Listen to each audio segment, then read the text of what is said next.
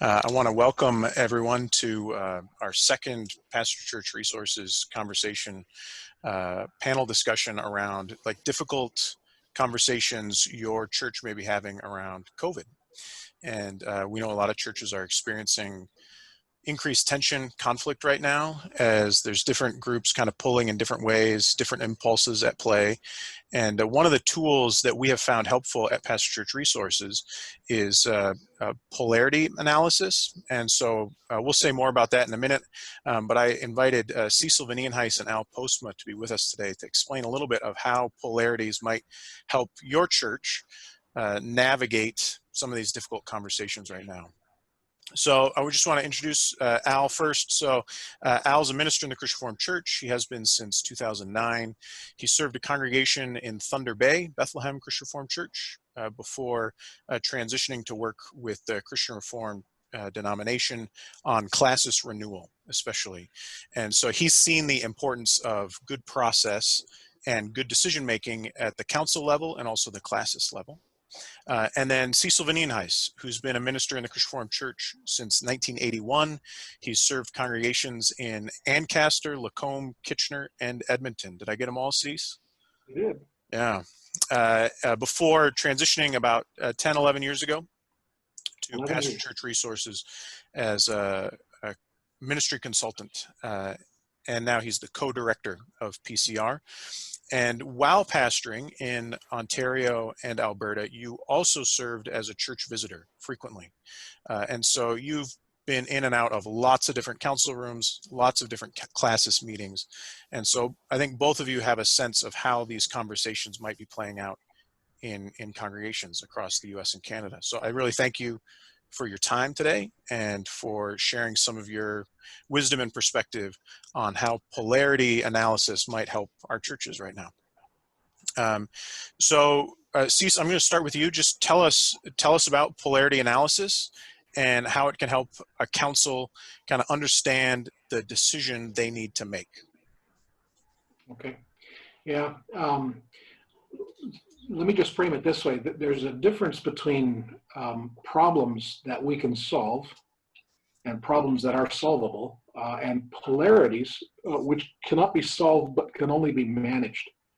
And what I mean is this: problems are usually, there's a real focus to them, and there's a solution. For example, you can have some that have a clear solution. If you've got a pothole in your parking lot or a leak in your roof, you've got a problem.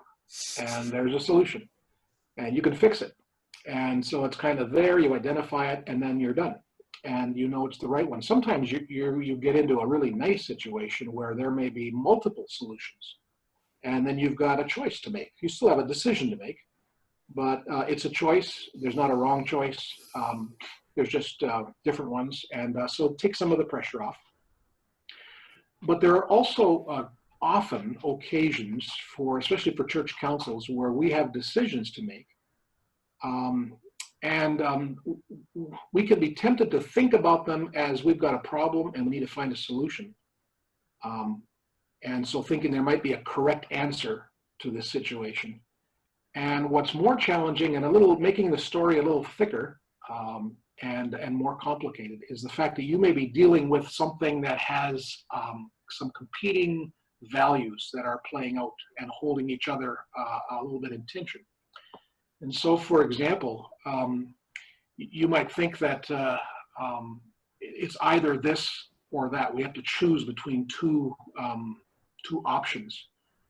And sometimes it's not about an either or, but it's about saying, there are two or at least two things in play here.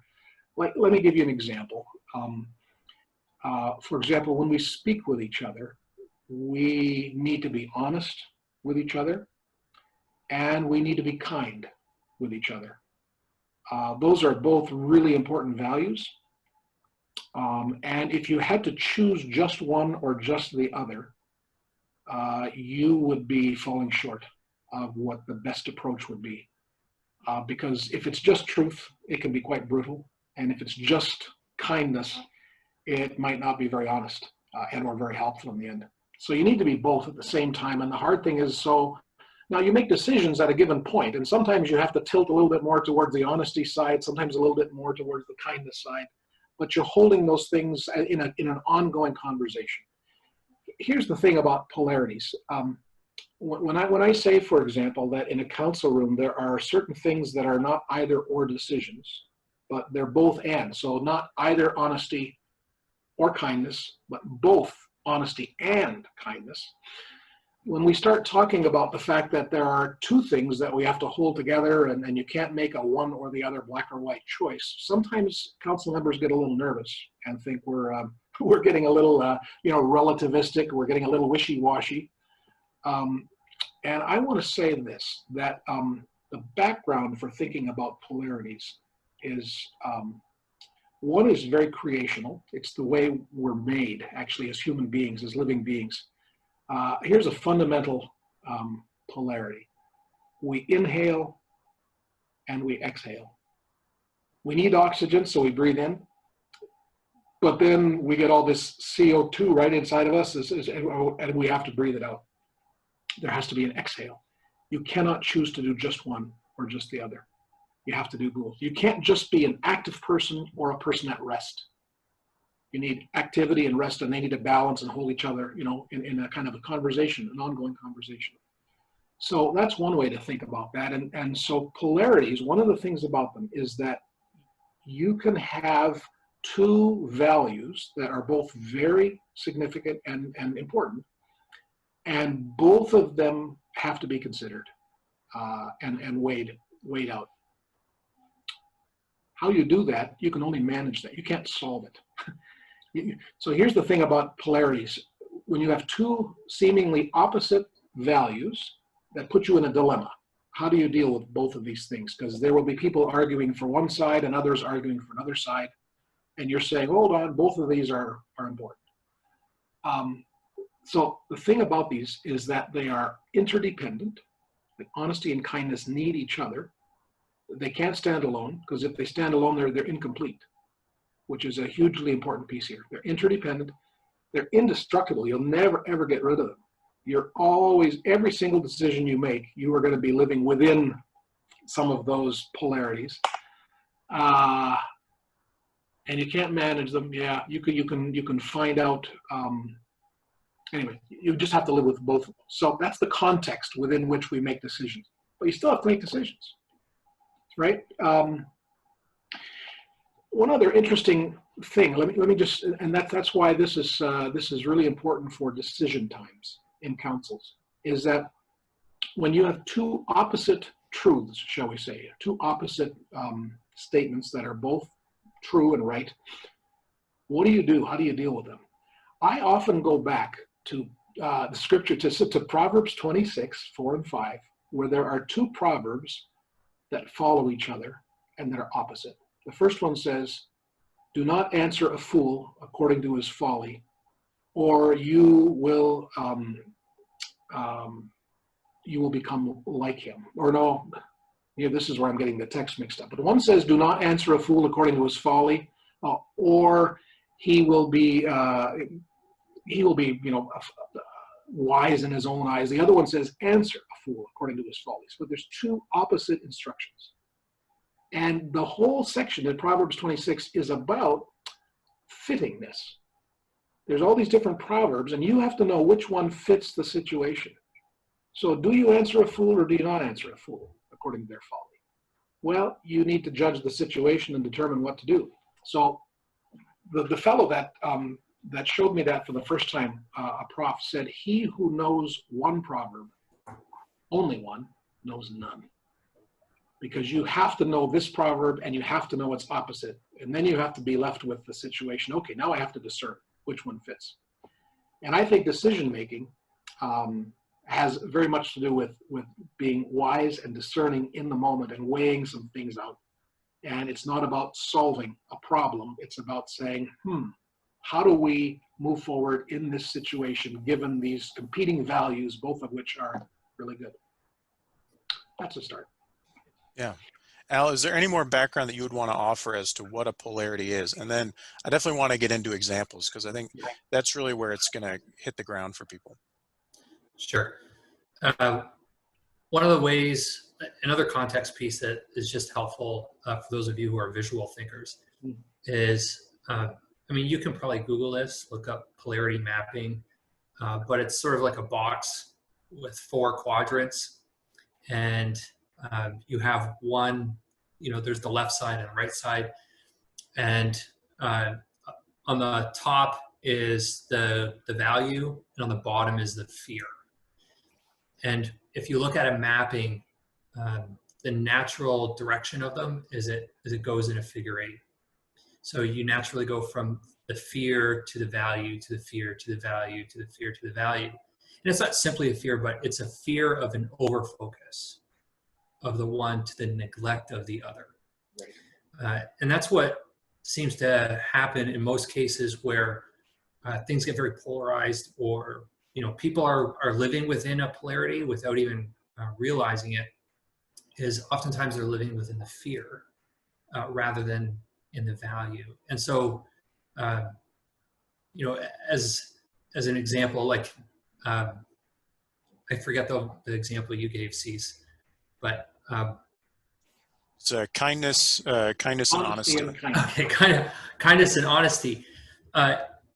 What can happen is if someone values kindness predominantly, and they see someone who values honesty predominantly, both are interdependent and both need to be supported and achieved for a good conversation to happen.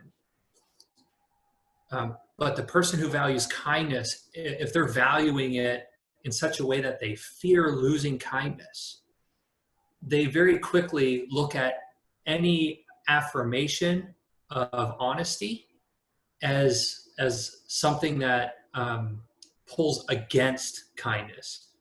And so someone who values honesty will say, we should just have more honesty in our conversation. And if someone is far on the other side of the pole and living within the fear of losing kindness, they often don't feel like they have the space to affirm the value of honesty, because by affirming the value of honesty, they feel like they're giving up the value of kindness. And so one of the challenges in polarity management, and one of the values in polarity management itself, is creating this sort of space where people can value each side of a polarity in such a way that does not feel like it's negating or living into the fear of the overfocused. So if I value kindness, what does it look like for me to value honesty, or at least to hear the person who is simply saying, I value honesty, and not hear them as living in this overfocus of honesty to the neglect of kindness. So that's one of the tensions in polarity management. Typically when you see it functioning in an unhealthy way, it's two sides that are living on the bottom side. They're living into the fear that their value will be neglected unless they hold on to it doggedly. And the ironic part is, the more that each side holds on to it tightly without being able to affirm the other piece of the polarity, is the further apart they'll get, and the less likely they will be to actually achieve a conversation. If your kindness, the less likely you're able to have a conversation where kindness is truly embedded and important in that conversation. So polarity management, one of the ways I find it really helpful as well is, if you know that system, that it's fear and value based, one of the parts to it is, disappointments and complaints, I'd love to say, are values in disguise. They're just negatively stated values. So we often don't hear people say as articulately and as clearly, I really value kindness. Right? They'll say, this is way too honest. This is like this, that they'll complain that people are outspoken, or someone who you know is really honest. They won't say, I really value honesty. They'll say, wow, this is like, we're walking on eggshells here, and you're like, what, you know? So they'll complain. But one of the things that we can do is we can help people shift their negatively stated value out of a complaint into a positively stated value itself. And that can be really formative even. And it often, I mean, in a lot of our, for some of us, our upbringing, for some of us, the churches we're part of, for some of us within our cultures, we're often not trained, if you want to use that word. We're often not trained to be able to really stand on our own 2 feet and say, this is something I value. And so we only know how to state what we desire by complaining. And so we can transform some of those complaints into their desires and allow the space to be in conversation about them. Yeah. Cecil, you want to say more about that? Yeah, a little bit. You just sparked a few things for me. One is that the distinction between polarities and problems to solve is that what happens when you have a polarity, let's just say honesty and kindness. Again, there's positives to honesty, right? And there's positives to kindness. And if there's too much kindness and not enough honesty, there's a downside there. And there's a downside if we're too focused on truth and not on. When we treat a polarity as if it were a problem to solve, what it means is instead of moving back and forth between these things in this, figure 8 on the side, right, this infinity loop, we park in one of those spots and we stop moving. And that's when we treat it like a problem to solve. So when, for example, we say, we've been way too kind, it's time we stood up for the truth. And what we do is we move from being kind, we move over to the truth side and park there, and then suddenly it's all about truth. And the challenge is to keep moving between them. So, and the last thing I was going to say was that most of us have an instinctive default. Like, I'm more inclined to be honest, you might be more inclined to be kind, or vice versa. And so if that's true, then I can easily see the upsides of honesty. And if I see the upsides of honesty easily, I will easily see the downsides of kindness. And if I see the upsides of kindness, I will automatically easily see the downsides of honesty. And that's why we demonize the other side so often. So then your point about how we state things is right on. And it's the beauty of being part of community, because, I mean, this really comes out, if we only ever talk to ourselves, yeah, we'll probably land in one spot and stay there. But it's when we're in community that, like you're saying, Cecil, different people have different values. And so we want people to value both. But I mean, I don't think that I ever expect someone to always value honesty and kindness right down the middle all the time. And so when I start overvaluing honesty, which is probably more of my default than to kindness, when I start overvaluing honesty, it's a remarkably refreshing and healthy thing if I'm in the sort of relationships with people where they can draw me back into the value of kindness. Because not just because they see the value of being balanced, but because they care deeply about the value of kindness. And they have the eyes to see when I'm living into the downside, even when I'm like, I'm just about the value. And they're like, no. You're over focused there, buddy, you know? Well, right, when we diagram this stuff, what we do in the middle is we put the big word in capital letters "and." So it's both honesty and kindness, right? Kindness and the "and" is the huge thing, as opposed to the either or. The "and" is a really, really big deal in the middle of that. One of the things that I've really liked about polarities is the actual work of filling out the chart. That is, so you've got the upsides of both of your poles, you've got the downsides, and inviting the whole group to speak into filling out what are the upsides of each, what are the downsides of each. And what it does is it gives a chance for every voice to be heard, to understand all the different variables, and then you're in just a much better position to look at the whole playing field, instead of just your own bias, right? Leaning toward kindness or leaning toward honesty. You say, oh yeah, that's right. There are downsides to my tendency too. And we might not get there if we enter into a meeting and our first impulse is, my side has got to, like, we need truth. And you come in, ready to fight for the truth in your meeting, you're going to have this big blind spot for the downside of truth and the upside of kindness. But if you pause long enough to chart it out, there's just, oh yeah, there's a bigger picture than just my tendency, right? You get a chance to step into somebody else's shoes for a while. Mm-hmm. And to think, like, what would be the upsides of this other value that isn't my first choice? I've done some of these different polarity workshops within Classis contexts and settings, and just playing around with different polarity. And it's interesting, it hasn't happened very often, but once in a while, there might be someone who is just having a really hard time filling out all the spots. Mm-hmm. And it seems like a very, I mean, it's just a wonderful opportunity to reflect together on, are you more polarized than you might think, right? Mm-hmm. Like if I value honesty and truth so much that I'm having a hard time filling in the box on the good of kindness or the bad of an over focus on honesty, that in and of itself is a really fruitful place to pause and to wonder, why is it that I have such a hard time seeing any downsides to this thing that I value so much, or the upside to the other side of it? Yeah. One of the, I think, again, what's going to be helpful for people are more examples. And I wonder if, sure. Let's move, I think we've got the honesty, kindness. What are some other polarities you might notice in a congregational setting that maybe people approach as a problem, but you've observed, no, it's more like a polarity to manage?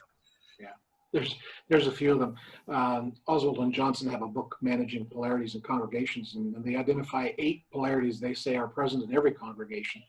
And in my work, certainly with congregations, there's a number that come up easily everywhere. Now, one of them is the polarity between tradition and innovation. In other words, what do we need to hang on to, and what needs to stay the same, and what needs to change and be adapted? That's a wrestle. It comes up in worship, clearly. I mean, that's, organs and worship wars, and how we do pastoral care, how we educate our children, all those things. It's what was the way and what needs to be the way, and how do you maintain that conversation? Often it's viewed as a problem. There are folks who will say, we're too traditional, we're stuck in a rut, that's a problem, throw the traditions out, we need to do this. Or there's groups that will say, no, this. But anyway, there are upsides to tradition and upsides to innovation, and there are downsides to too much of both. Ideally, they're related. That's one. Another one is, how do we care for people in the church, nurture the kids and families, and pastor the people in the church? How do we appropriately reach out and pastor the people in our neighborhood and build community and reach out? So we're in-reach, outreach is another interesting one. Either or, no, it's a both and. Another one is we want really good leadership from our pastors, our clergy, and we want really good leadership from the folks in the congregation. So clergy leadership, lay leadership.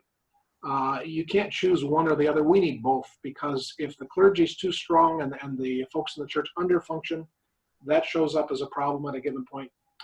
If the folks in the church are too strong and deal with a pastor who underfunctions or who can't function well, that's a challenge as well. Who's the leader? It has to be a partnership in the gospel. Those are a few that pop up very quickly. What's interesting is you can find some wonderful examples of polarities, like two opposite things that really belong together. For example, the way Scripture describes the Lord God. He is transcendent, above all, right? This way out there. And he is immanent. He's right inside of us. He dwells in the hearts of the contrite and the lowly. And it's both. It's not one or the other.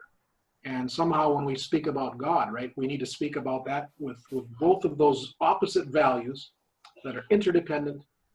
Anyway, so theologically too, this comes up. I'll throw out another example that you've encountered in your work. Sure. Since a lot of my work is directed with classes, one of the ones that stands out almost all the time is this tension between business and ministry, right? I hear this quite often. We should be doing ministry. Classes should be about ministry, and we want to do ministry together. And others say, well, we got to do the business of classes. We have to have good governance and good order and, financial statements that are audited. And I see these tensions. They happen within conversation about classes and what it is and what it should be moving forward. Because I'm in Classis renewal. So when people talk about how classes can be renewed, some people are like, well, we need better processes and more defined mandates and, better meetings, more efficiency. And other people are saying there's got to be ministry life happening, and we got to do more together as churches and ministry leaders. And I just can't see a time when we won't value good governance until we don't have it, and a time when we won't say there's got to be a way that this is not just about making sure that the correct T's are crossed and the correct I's are dotted, but about life-giving ministry. So that's one of the tensions I see in a lot of Classis. Another one that I see in Classis is understanding, whether Classis is a meeting or Classis is a network or a group of people, or even if Classis should do things together, or if Classis should be the sort of space where local ministry is supported collectively. And so there's some people who say, all our churches, we should be together, we should do something together, there should be some sort of collective ministry presence. And others will say, no, Classis should do nothing itself as an entity. It's a collection of churches, and the real ministry happens in a local church context, in a local church context alone. And this is just a place where we should encourage one another, pray for one another, those sort of things. And I just see that as sort of an ebb and flow as well. This sense of let's do something together and let's support each individual church in our own ministry. One of the things that I find helpful, I know this isn't a specific example, but one of the ways to get at your own examples of polarities, I think, is to pay attention to, if you hear people asking a question that sounds like this, or even if you can think of framing it yourself, at times I think our Classis, or at times I think our church is too blank. And at those times, I wish it were more blank, right? Like sometimes I think our church is too traditional. At those times, I really wish it was more innovative. That's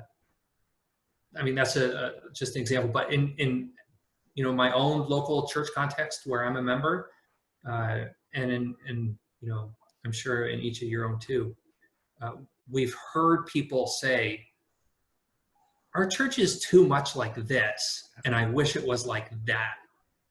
Oftentimes, more often than not, I'll even say, what you're going to end up landing on is a polarity. So that's a way to discover our own examples. That's a very good point. What occurs to me too is that quite often when we get involved in a church, when there's conflict or tension at the leadership level or in the congregation or with a pastor or whatever it is, that often it's polarities that have not been managed well. Often it's about two sides that have stopped the conversation, the ongoing conversation has stopped for some reason. And people have parked on one pole or on the other pole. And instead of engaging with each other and being able to say, what's the good in you and what's the good in that, in each point, and what are the flaws in each point, we just stop.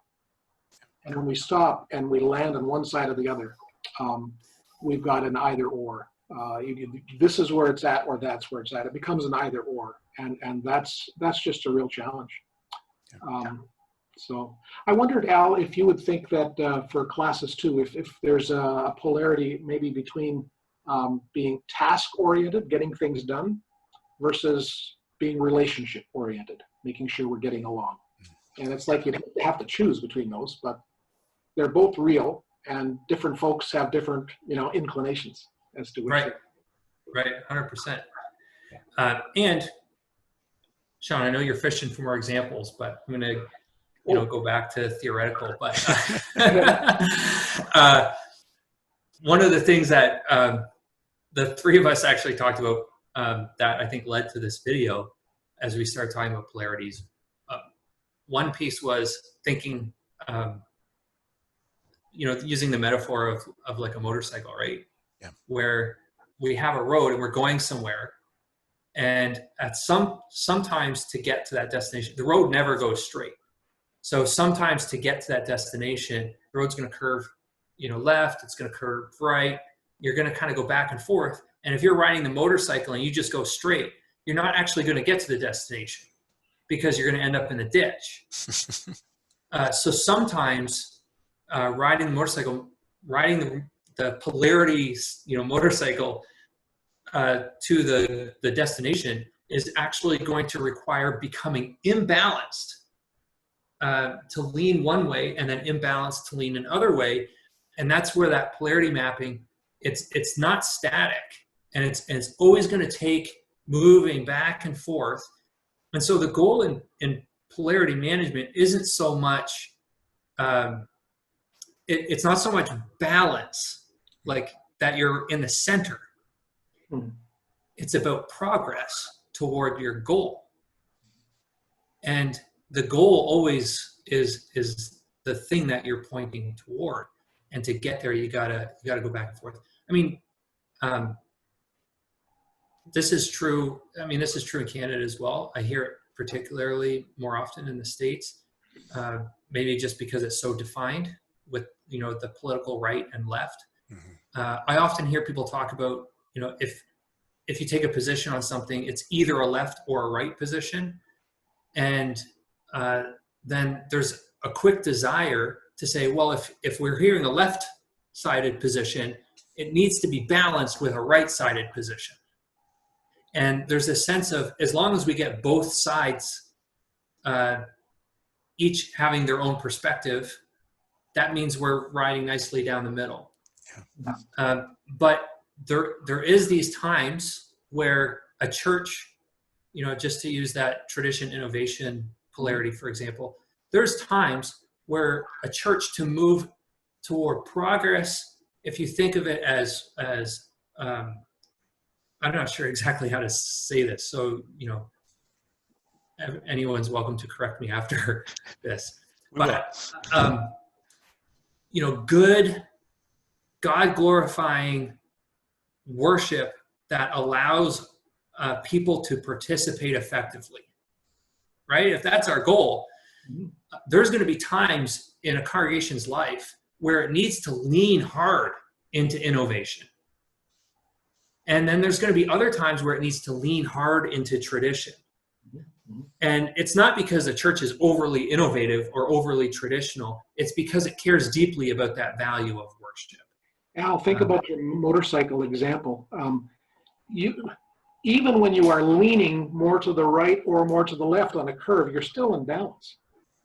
Yeah, true. You have to be in balance, or you're gonna crash. And so, but the balance piece doesn't necessarily mean it's all straight line. It's not right. Exactly, 50-50.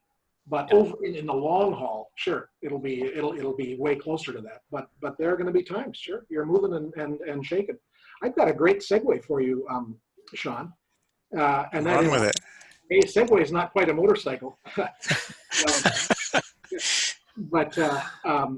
it's like this. One of the polarities that all of us deal with in decision making is the polarity between being prompt and being thorough or careful.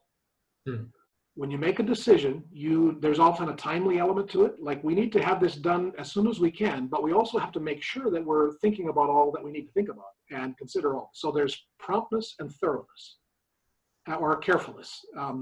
And that's a very interesting thing when it comes to saying, okay, so bringing it back to COVID, right? Yeah. What are some of the polarities the council may be managing right now? Well, guess what? That's one of them. It may not be spoken. It may not be identified, but there will be people who feel a pressure to say, we need to make decision about, getting back to normal, quote unquote, some form of normal soon. And others are saying, well, we got to make sure we cover all the angles. What are all the different pieces here and so on? And both are fair. there is a time element because people are getting tired, they're getting exhausted, they start worrying about, are we ever going to come back? And what kind of long-term effect is all this having? And our kids are missing programs and so on. So that's one polarity. You can help me out here, Al, in a minute. I'm thinking of another one is the maybe the individual well-being that we're interested in, and the communal well-being. There's pieces of that. There's there's the personal safety and well-being for life. We're trying to be protective of good health, physical health. And then there's this communal, there's an emotional, the spiritual dimension of being together, right? The communal health. So there's some of those pieces. How do you weigh them out? Yeah, those are a couple of easy. I mean, in terms of just our society, we've been dealing with that polarity all along here too. Protecting life, and then we talk economy, it's protecting livelihood and life in a certain way too, right? How do you balance those things out? And I would come back to the question of fittingness, right? At a given moment, what's the most fitting thing to do? So at the start, like in New York State, for example, it was like, wow, we need to shut this thing down because we've got a huge challenge on our hand. And so they really, that was a problem. The curve getting too high and overcrowding their facilities. That's a problem. How do you solve it? Well, at that point, they had to land on the one pole for a while. But you can't land there forever. Yeah, let's see if there's other examples of polarities that you might imagine a congregation dealing with around COVID. And then, I don't, just kind of problem it out with me. Upsides, downsides, how might a congregation take that polarity and process it as a group to get further ahead to understanding the whole playing field to make better decisions? And Al, I don't know if you've got one on your mind, or we can just take one that Cecil has thrown out. I have two that I jotted down. I'll just share them, and we can go back to one Cecil or one of these. Doesn't really matter. But one that I hear people saying, or I can start hearing people saying. I mean, I live in Ontario right now. We can't have any gatherings more than 5 people. It's against Ontario's law. So in a sense, the law makes it easy. I mean, we could talk about a polarity between, following the law and not following the law if you really want to, but that's not a polarity, by the way. Well, there's opposites, but that's not a polarity. But I mean, when that restriction is lifted, let's imagine, okay? And I know in some of the states and in other parts of Canada, the restriction's been lifted. Or even if you want to, regarding the law, I know separation church and state, in the States. So in that sense, maybe it's a law, but it's not, there's tension around that. But let's say that the restrictions become lifted and it moves into sort of a polarity wisdom description. I can start hearing people talk about, my church is too risk adverse. Mm-hmm. And at those times, I wish that, I'm not sure how to phrase that. I'll just say one of the really important things with polarity management, if anyone's, trying to create their own examples, is both sides need to be expressed positively. You can't be like, on one side, we have, the polarity of being smart and being stupid, right? Like that's not, so there's risk averse, or let's say, to state it positively, safety conscious, right? And on the other side, there's a value of, living into an appropriate amount of risk. I'm not sure what word I would give that. But I think that's going to be one that comes out more and more. Maybe you're allowed to meet, but should you meet? And if you do, should everyone wear a mask? Should that just be a mandate? Like, to come into our church building, you have to be wearing a mask. Or how do you space people? All those sort of things. So there's the safety conscious and living with an appropriate amount of risk. That's one. The second is, I see a lot, and maybe this is when people start gathering together, it might be a little bit less so, but there's a desire to recreate what we already have in a different format, right? So like we recreate our worship, Sunday worship experience as close to that Sunday worship experience as possible. That's one value, so that there's a stability to the experience. Right. And another value is allowing it to have disruption. Now, some churches don't really have much of a choice, but to what degree can a church live into the disruption really intentionally and allow things to just be totally different than what a Sunday morning normally looks like? So how much do you want to hold on to and create stability and recreate as much as possible what a Sunday morning looks like, and how much do you want to do something different during this time that you might not otherwise get a chance to? So those are two that stand out to me. Let's say that's a version of tradition innovation. It is really. It really is. Yeah. Cecil, do you have any that you want to add, or otherwise we can try workshopping one? Yeah, no, these are plenty. The thing is, it's one of the challenges is when you try to think of polarities. It's like when you think of any two opposites, you think, oh, they're because they're polar opposites, they're a polarity. Not necessarily. They have to be interdependent. Yeah. So they have to speak and they have to need each other. Right? So they have to be positive. And you're right, Al, about that. You have to be able to see that both values have a real positive upside, and then they have a downside if they're overly emphasized. But that's a huge part of this. So the tradition innovation piece is a great one. I do think that the one that will be most challenging for churches is the one between I want to value safety and protecting. I want to value the need to live into some risk and live by faith. There's some who would say that's more of a, and there is risk involved, but we need to find ways to express things and not be totally concerned about safety. So safety. Well, let's run with that one. And I'm going to add this caveat, which is we're a pretty small group. And one of the benefits of doing this as a council is, even with the three of us, we're going to have some blinders to upsides or downsides of certain aspects of this. And that's why these decisions are best made with a big group, like transparently, clearly.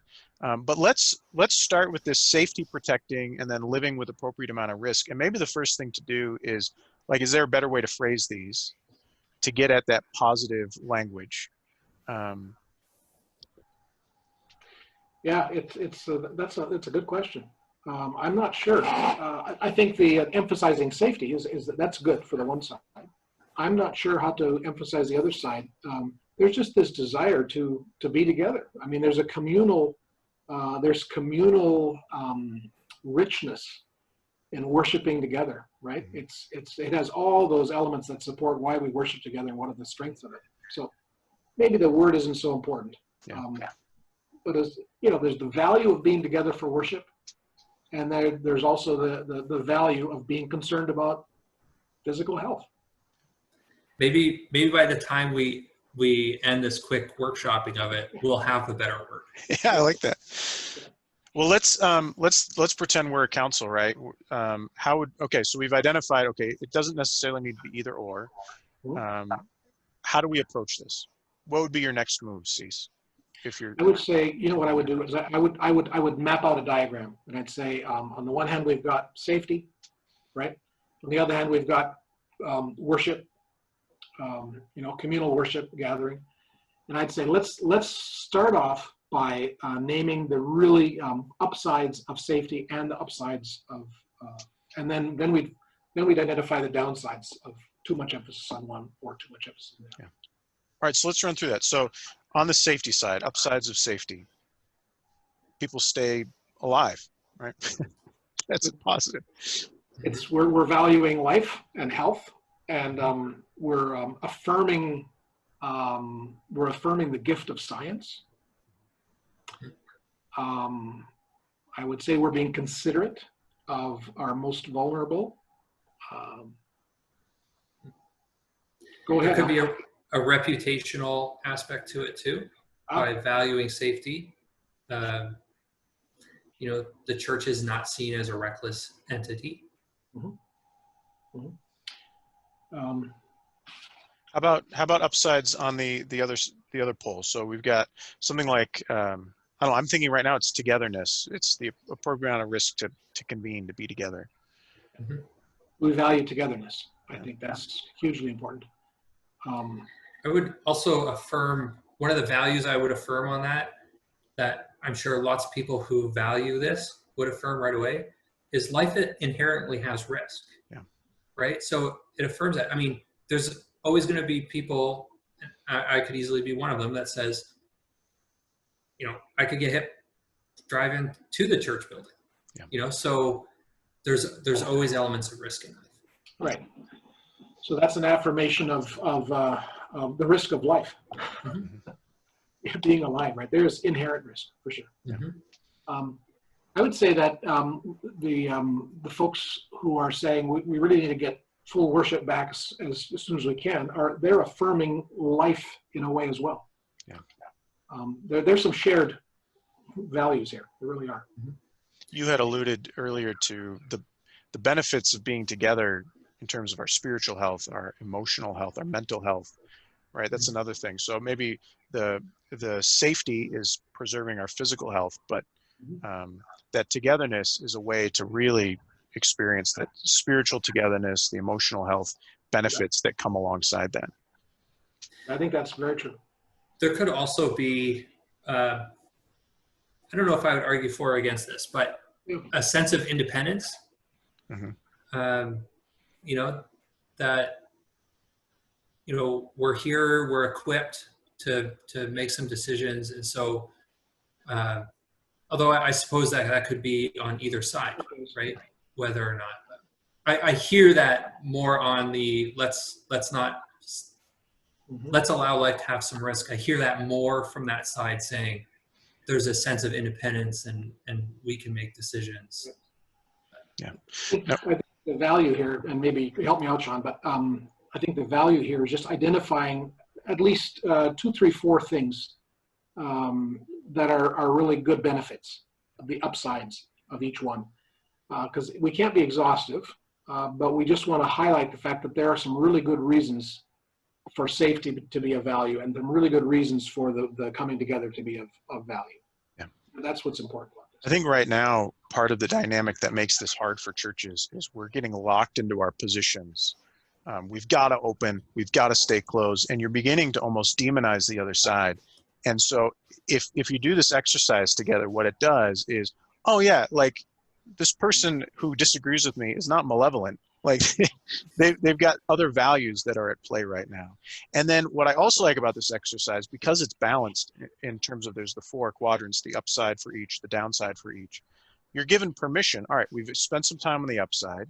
Now we're going to spend some time on the downside. We're not going to stay there, but let's also populate the downside list. And we know we're going to do the downside of your favorite thing, and that will be a little hard for you. We're also going to do the downside of the person you disagree with, favorite poll. So let's do the downsides then right now of the safety poll. I mean, one is the risk of infection, right? I mean, that's the big one on everybody's mind. Yeah, but that's not a downside, right? That'd be a downside to the. Oh, right. Yeah. Of gathering. Yes. Right. Well, go ahead. I don't know which one should we do? Let's do the downside of safety. Okay. All right. Downside of safety. Now, one of the tricks, I don't have it written down, but one of the tricks is if you look at the values that we just stated on the risk side, oftentimes those values show up on the over-focused other side. That's right. Okay, but here, downside of the safety is we're being too protective. Mm-hmm. We think we're going to avoid risk altogether. It's kind of like the hovering parent syndrome, right? That would be a downside. Living out of fear. Mm-hmm. The mental, spiritual, emotional health risks of isolation. Of isolation, sure. Mm-hmm. Sure. Somebody said to me the other day they were not inclined to turn their laptop on Sunday because they were tired of being an observer and wanted to be a participant. Yeah. Mhm. So, all right, let's do downside of what we've called this living by faith or being together during COVID. This What's the risk of downside? infection. Risk of infection. Yep. Risk of infection. I would say, and we'd said on the upside of the other one, a respect for science. It's almost like a cavalier kind of, who cares? If it's too much, that side. I think witness, like to community, how would it be perceived by the broader community? Would people understand the nuance? Or would they perceive that as you sort of creating a vector for this to spread throughout your community, which would feel threatening to people not a part of your church? Right. Mm-hmm. Right. Are we willing to sacrifice something that we really value a lot because we're concerned about the safety of the people in our church, not only, but all the people they will be in touch with? Right. All right, so we've laid out upsides, downsides. And again, one of the benefits here is you've had to spend some time in the other person's shoes. So we all just have natural tendencies toward one pole or another in almost every polarity. But as churches, we're a mix. And so you've gotten yourself into somebody else's shoes, which again, in this polarized sort of moment, seems like a big win already. But you still have to make a decision. So talk to me about why this is a helpful exercise for a council to be spending, 20 minutes on in their meeting, tonight about whether they should open or close. One of the things we kind of danced around a little bit, but it's easy for the question to be all about, in this case, say safety, or the question is all about risk. And we debate up and down or up and down. What we really should be debating or having a conversation about as a council, deliberating on, is not about safety or risk, but about that primary value. And how does, the real question is not how risky are we going to be or how safe are we going to be, but how much are we going to, how would we define what the overall goal and purpose is based on these two? Yeah. Right. So I guess I got to think for a minute. I want to integrate this, Al, because I want to say, don't pose it as an either or. Either we think about safety risk or we think about the higher purpose, the shared higher purpose, right? They in polarity mapping, they talk about the greater purpose statement, which is GPS, which is really great for directional, right? For a motorcycle ride. Yeah, exactly. So I would want to say, let's talk about safety and risk in view, right, in terms of how do they help us achieve our goal? How do they move us towards that? Yeah, I wonder, maybe this is putting the two of you on a spot, so I don't have to be on the spot, but what would you name as that greater purpose statement based on the conversation we've just had? We want healthy. I think a simple one would be we want a healthy congregation. We want a God glorifying congregation. Let's just say that. That's ultimately the goal of all the people in the church. We want to be the people of God in a way that glorifies Him and blesses the folks around us and ourselves. With a holistic definition of health, right? So it's not narrowly your physical health. No, but that's right. It's all encompassing. That'd be one way to get at it. What about you, Al? Now that you've heard us take a stab at it. Well, I just wonder if there might be value in narrowing it down a little bit more specific, especially if the question is one a council is dealing with, say, do we open next Sunday or don't we open next Sunday, or whatever the question happens to be. In this case, maybe it's not so much being a healthy congregation, it's the purpose of these polarities is to open the doors in such a way that is healthy, right? And what we see is, as we have a conversation about opening the doors, these are two things that tend to be in tension in the conversations that we've been having. And so whether you're someone who is digging your heels in on safety, or you're someone who's digging your heels in on being open to the risk, we both share the goal of wanting to open in a healthy way. And we can both affirm that together.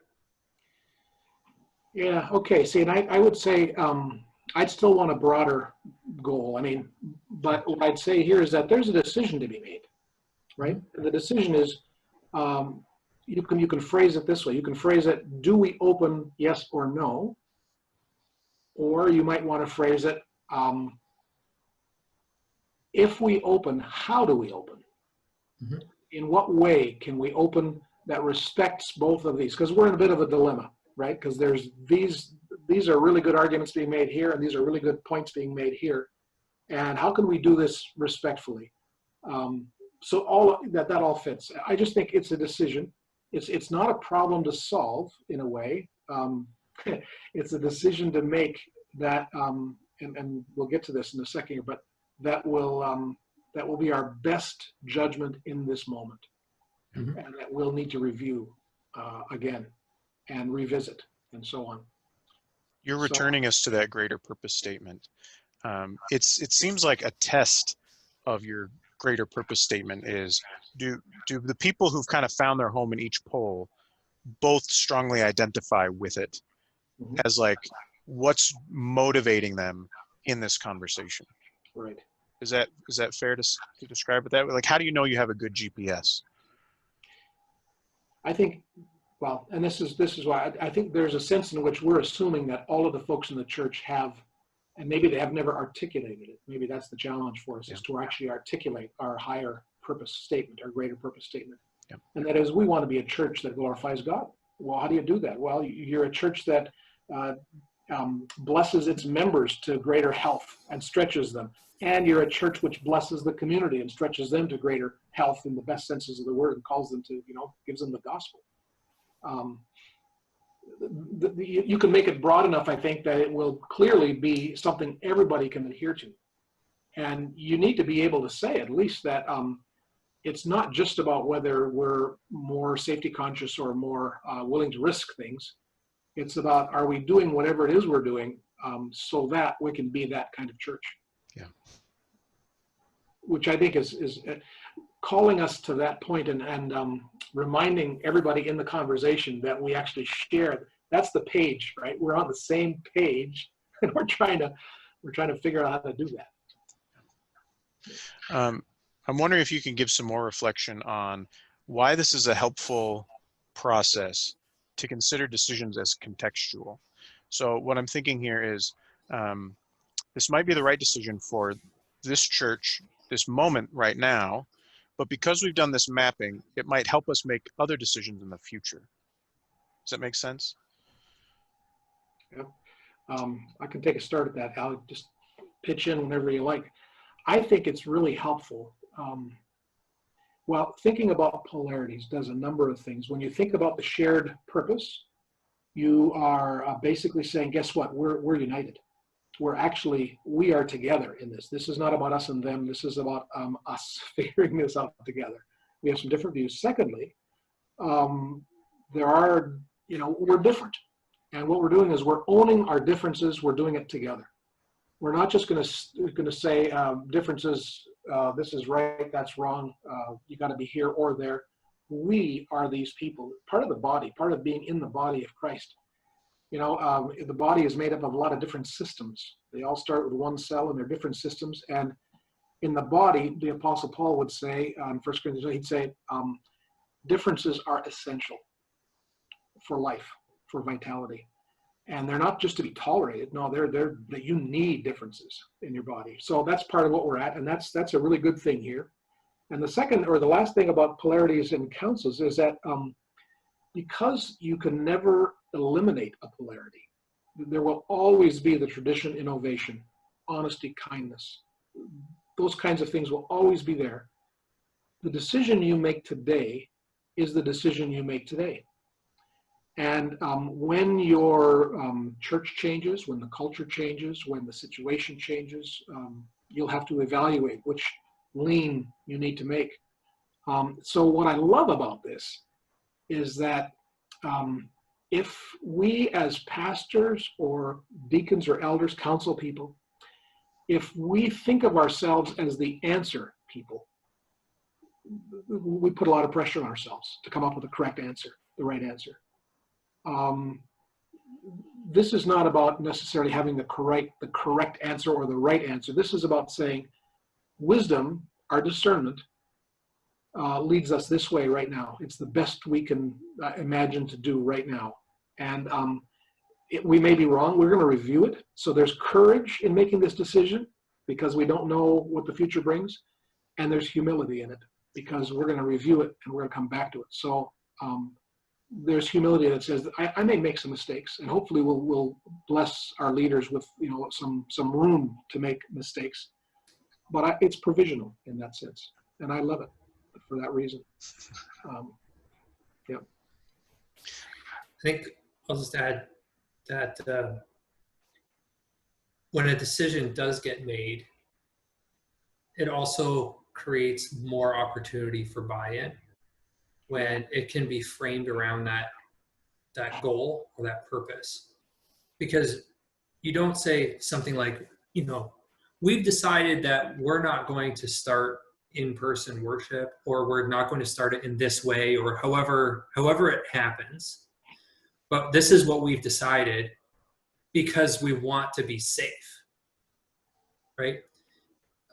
Because then, if that's a tension you see happening, then you're just affirming one side of it. But instead you say, because we want to be this type of church community. And to be this type of church community, we've determined that a signpost of that right now, or a mile marker of that right now, is to land here. And a mile marker of that in a month or 2 or 3, it might be over here. But we're continuing to follow the path toward that goal that I think we can all share together. And that's why we're making this decision. You can disagree with if that's where we need to land, but hopefully we can all agree that the goal isn't to be safe or to live into an appropriate amount of risk. The goal is to be that type of church that we all want to be. What do you think about a council like sharing the chart with their congregation? Sort of, I don't know, I'm just throwing this out there, but to be able to be transparent about, hey, we weighed some of the upsides, downsides. This is the bigger, greater purpose that we're driving for. I don't know. What do you think of that? Oh, Very much in favor. I'm very much in favor of it too. What it does, you know what this does is it helps us to listen to each other.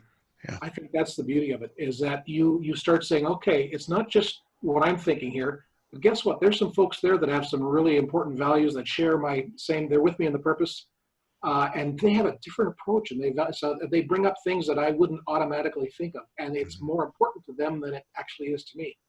But we listen to each other, and I think that makes us richer and thicker. It's more complicated, but it also takes some of the pressure off, because we say, look, let's do the best we can, and then let's just promise to review this, however long down the road it is. And sometimes it helps people to be able to locate themselves, and for a council to be able to locate someone, because someone might say, you made that decision. It was a terrible decision, because why aren't you taking safety more in mind? And it then creates this sort of space to say, wow, I value that complaint so much, because it helps enrich this polarity map that we've developed. And so let's put this on the downside of safety to help flesh this out. And as we move forward in decisions, your complaint provides us the sort of thickening that we were hoping for all along. So, that may sound manipulative to a degree, but I don't think it is. Doesn't have to be. It doesn't have to be. As long as you actually listen to it and ensure that when you help someone locate themselves and their position, that you actually still do listen to it and you pay attention to it and say, that is a valuable insight. And I'm so glad that you spoke up. Yeah. Leaders, when I think about the leaders in my congregation, for example, where I'm attending now, I don't want them to be compelled to think they have to come up with the right answer. That is the one that's going to, be the right answer.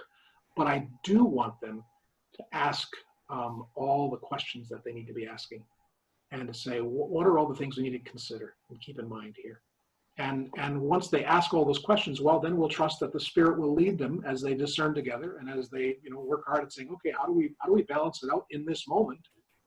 Because it is a really, if you want to talk about transitions and all the changes and all the fluid things that we're going through, it's pretty wild. It varies from city to city and state and province and country, and we're all trying to make this work together. So we need to give each other some extra flex room to sort this out, it seems to me.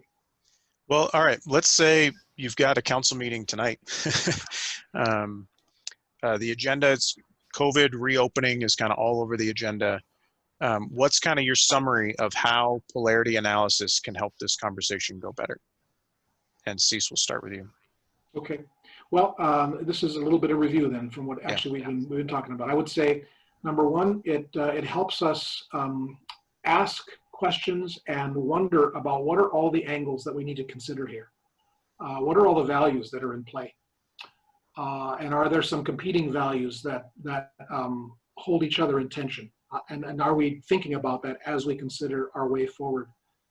This isn't about all one or it isn't all or nothing, all open or shut entirely down. This might be about saying, we can open the restrictions we have. Like, for example, in Alberta right now, we're allowed to have up to 50 people gathering for worship, or 1/3 of your congregation, whichever is less. It's an interesting restriction. And then you got to be, socially distanced. We were not to sing in public together right now. So you have to weigh that out and say, okay, how do we go about that? Let's think about whether it's worthwhile to open up for worship right now, or whether we would, maybe some churches would say, we're going to have 3 services, and that way we can have small groups at each service. Finding worship leaders and pastors for all those services might be a bit of a challenge, but that's a way to think. There's all these different options, and then you have to weigh them out and make a decision. I think the polarity context allows you to see how complex this is. And number 2, it allows you to recognize that the decision you make will be your best effort at being wise and what is the most fitting in this moment. But it will be provisional, because 2 weeks, 4 weeks, 8 weeks down the road, you may have to have the same conversation and revisit the decision and maybe reconfigure it. And I think it'll help by taking the pressure off, I think. Mm-hmm. How about for you? The agenda's reopening tonight. How can polarity analysis help us have this conversation better? Right. I think without getting into all the technical pieces like we've been talking about, I think where I would land with it is simply, it can help the conversation because instead of allowing ourselves to lean into a fear or loss-based decision process, it pushes us into, a complementary values-based decision process. And the more we can move away from trying to hold on to what I'm afraid of losing to here's what I value, and I value this with enough strength to be able to also recognize and affirm the value of the tension of the thing that it's in tension with. And both coming at it in a sense of strength to be able to hold both of those just makes ownership better. It makes the conversation better. It makes discernment better. It makes listening better. And it just makes a better decision. You may land on the same decision, but people are going to buy into it differently. You're going to be able to explain to the congregation why you made that decision in such a way that creates space for them to enter into it, irrespective of their position. So there's just a win all over it. One of the things, just to, and I know Cecil, you were kind of getting at this, working through the polarities does not absolve the council of making a decision, right? That's easy to think, well, we're just going to talk about it and like, play this game of, putting these different values up and but I mean, at the end of the night, you can expand your decision opportunities and possibilities. You can say, what about this and this and this and this? And, it doesn't have to be just all open or all closed. But at the end of the night, you do have to make a decision at some point. And that decision is going to pull together all those pieces. And yeah, you can't do everything, right? But it does allow you the space to show that you took a lot into account and that it's simply one piece of a journey for this time in this place. So. Earlier, you said something about how tightly we hold things, and what you just described, it's like we want to make this conversation based on values, which we're holding even more tightly and right. than ever, but we can hold our decisions more loosely. Right. Yeah. Which is really interesting. Yeah. One of the big payoffs for me of going through an intentional process like this is one of the things that councils are going to find is they're going to make the wrong decision sometimes, right? I mean, it's part of making decisions. It's part of leadership. But going through an activity like this builds the trust in the room. People feel heard. They don't feel disrespected. And so what that does is it increases the trust so that when you made the wrong decision, right, there's less likely to be that backbiting, the blaming. It's like, no, we were in that together. Like we heard each other, we spoke together. And my sort of assumption about churches right now is trust is the thing that everybody needs more of right now, because we're entering into this phase. So much is unknown, uncharted. We're having to make decisions, and we know that we're going to make wrong ones. So if there's trust in the community, so much more can be accomplished. You need to hear all the different voices. Yeah. Right. And anyway, it's great stuff. You're reminding me of Patrick Lencioni's stuff on for everybody to weigh in, then you can have buy-in. Right? Mm-hmm. We've all had a chance to weigh in. You can buy in and all that stuff. It's just totally true. The trust is huge. I think. Well, go ahead, Al. Well, I know we're coming to a close here, and bless everyone who's made it this far with us, right? But one of the pieces that has occurred to me that really could have been spoken anywhere through this is, especially if you're facilitating this discussion, especially in a highly polarized environment, or if you yourself are someone who values one side of it very deeply, the tension that you're going to have to deal with is letting go of arguing with it, right? So your goal in this is not to make your position known. Your goal in this is not to try and figure out what the right answer is.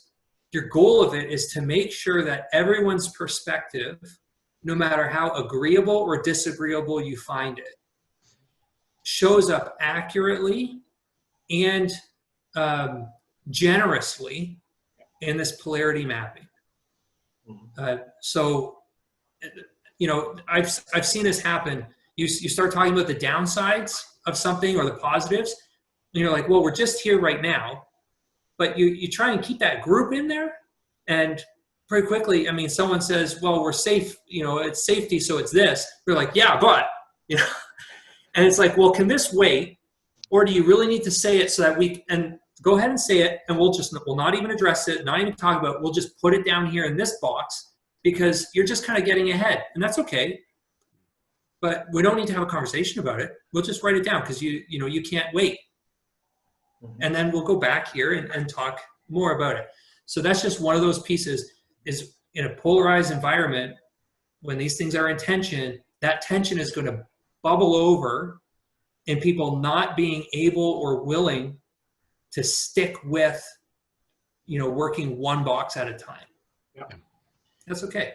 Just work with it. The goal is to fill all the boxes, even if it doesn't happen as cleanly as you want. Oh, exactly. I think just in general, if you're in leadership in churches and you have a polarity at work that you're dealing with, whether it's very formally, or kind of informally, the challenge for you as a leader is you will probably have a default leaning one way or the other. And your challenge as a leader is to ensure that the upsides of the opposite position from what that jewel gets a fair shake. Yeah. That's real leadership. That's I think being very helpful. Hey, that's a good word to end on. Cecil, Al, I really appreciate your time and your insights. Hope this is helpful for congregations weighing these things. We're going to put some links beneath the video to connect people to the book that this is based on. And we'll also put up a sample of the polarity map that we put together during our conversation. So thanks so much for being with us. Talk to you later. Thanks. Bye, guys.